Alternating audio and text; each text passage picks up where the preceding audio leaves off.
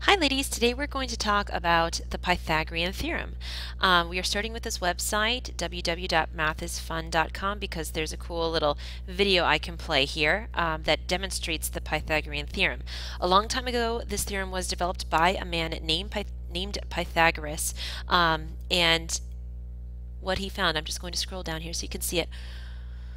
What he found is that if you have a triangle with a 90-degree angle and you make a square on each side of the triangle, the biggest square has the same exact area as the other two squares put together. So let me go ahead and play this video for us so you can see it. There is the right angle, and if you create a square on what we call the legs and squish those areas together, you get the area of the square attached to what we call the hypotenuse. And here is the theorem: a squared plus b squared equals c squared, where c is the longest side of the triangle, and this side is always opposite the 90-degree angle, and again it's referred to as the hypotenuse. A and b are the other two sides of the triangle, and it doesn't matter if you label this one a and b or vice versa. They just represent the legs, and the legs form the 90-degree angle.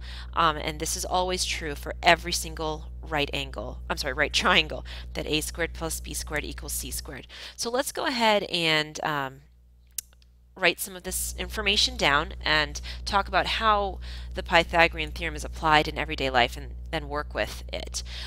We will need calculators, so you may have those on hand. So again, we have the theorem. It is only true for right triangles.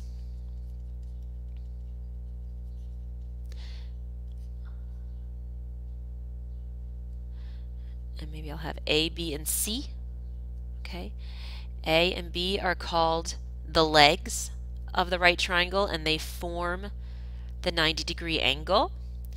And C is called the hypotenuse, and that is the longest side of the right triangle, and it is opposite the 90-degree angle.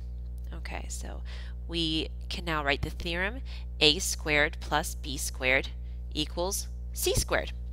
Okay, so what we are going to do is, manipulate this and work with square roots and solve for different pieces, because we're going to be practicing how to, solve these types of equations. But in general, why would the Pythagorean theorem come into play? If you were designing a baseball diamond, there are lots of right triangles within that, and you need to work with those angles and those lengths. The height of a building can be figured out using properties of right triangles. Maybe the ramp to a moving truck, that ramp with the ground can form a right angle, and you might need to know that information. Okay, well, how far am I going to be wheeling up the piano? Because I don't want the piano to be jostled too much, so how long is the ramp? Things like TVs and computer monitors, when they say, this is a 42-inch screen or a 50-inch screen or whatever it happens to be, they're measuring the diagonal of that most likely rectangular shape, and we can figure out that diagonal using the Pythagorean theorem. So lots of everyday things can be used. We can apply the Pythagorean theorem to a lot of these everyday things. So let's just start off with some of the basics and get used to it, and let's just begin with an example where I'm missing a length.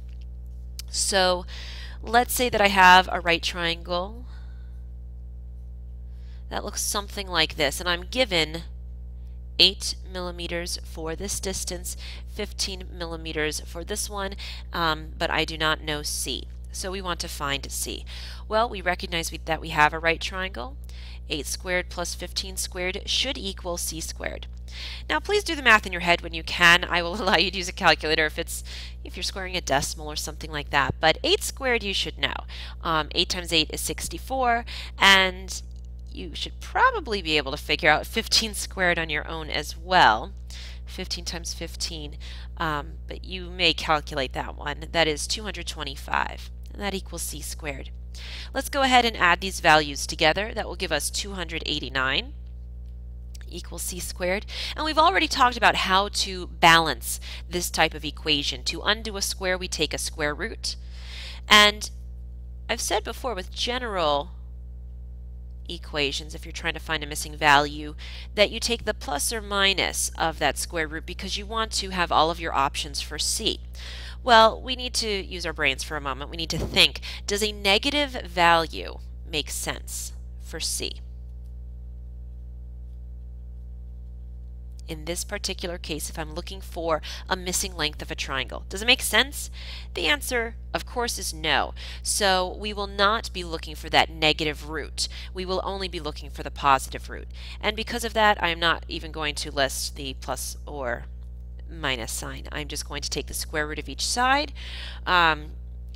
This might look familiar to you as well. This is a perfect square, and we do in fact get c equaling a length of 17 millimeters. So that one worked out really nicely. Okay, let's go ahead and take a look at something else. Let's say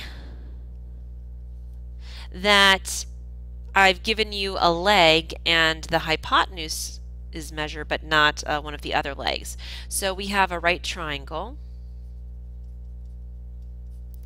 where I know C equals 40 feet. I know A equals 25 feet, but I don't know B. So let's see what this would look like. I'm still going to apply the Pythagorean theorem, a squared plus b squared equals c squared, but now I'll substitute my numbers in a little bit differently than I did with the last example. So I don't know b. 40 squared you should definitely be able to do in your head. 4 times 4 is 16 with 2 zeros will give you 1,600. 25 times 25 might be a little bit trickier. You may calculate that with a calculator, but that is 625. And to solve for b squared, we just have to undo one step before we take the square root. So let's go ahead and subtract 625 from each side. 1600 minus just 600 would give you 1,000, and then you have to just take away 25 from that. So you could probably do that in your head as well. Okay, so 25 from 1,000 is 975. And now again, because I'm dealing with a right triangle, a distance, a length, those are always positive. So I'll just take the square root. And I will get what? Well, I get a long decimal. We can go ahead and round to the nearest tenth. So B will equal 31.2. I think when we round to the nearest tenth, that's what we get, feet. Okay. What's nice is that you can check your work. If you've maybe accidentally calculated something incorrectly, you can put 31.2 back in for B. Now, when you put a rounded answer back into the equation, we are not going to get exactly 40, but you should come up with something pretty close to 40. And if you were very off, then you'd know that you did something incorrectly. So just keep that in mind, that checking your work is awesome and can be done with equations. What I'd like you to do now is to practice a couple of problems on your own. So on page 28 on that handout that you were given, I would like you to try numbers 1 and 4. With number 4, they do give you a hint. Use the same unit of measure. So my little hint with that is 5 tomato. When you are ready to see the solutions, go ahead and unpause. Okay, so I'm assuming you have now completed these. With number 1, drawing a diagram would be really helpful. You should get an answer of about 4.5 miles. For number 4, it probably would make sense to convert the miles into feet and work with feet, but if you converted the feet into miles, that would be okay as well.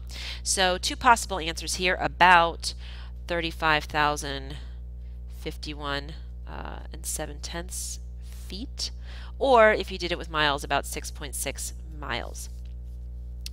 Okay, let's go ahead and talk about the converse of the Pythagorean theorem. Let me write that down.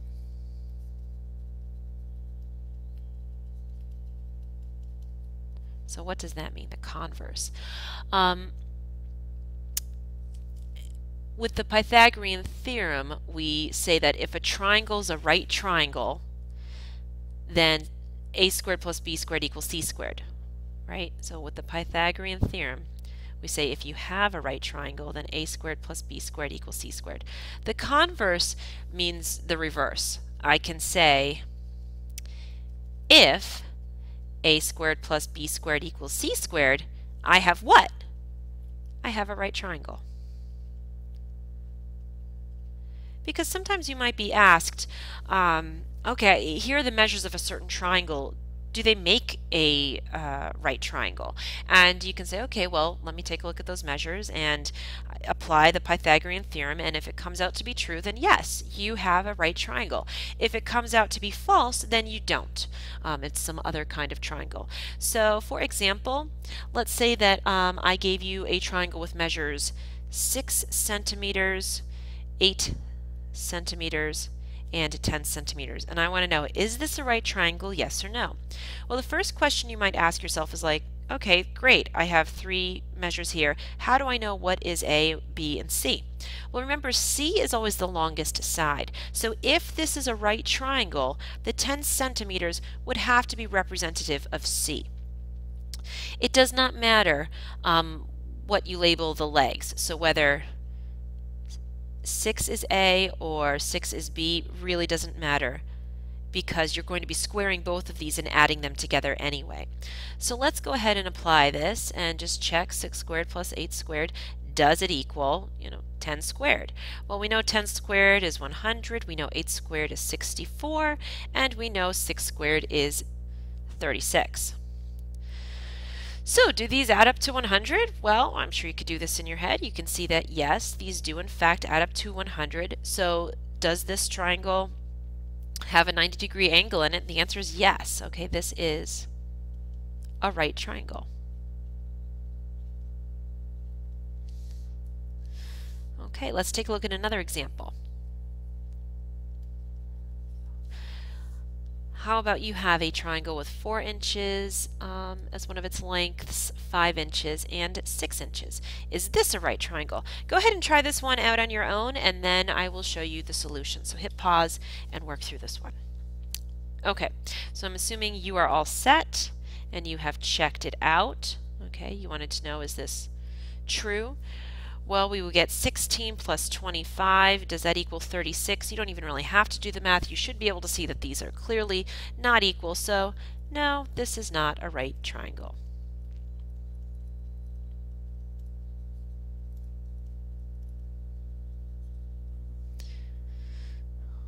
I'm just going to show you one other type of example. This is pretty cool.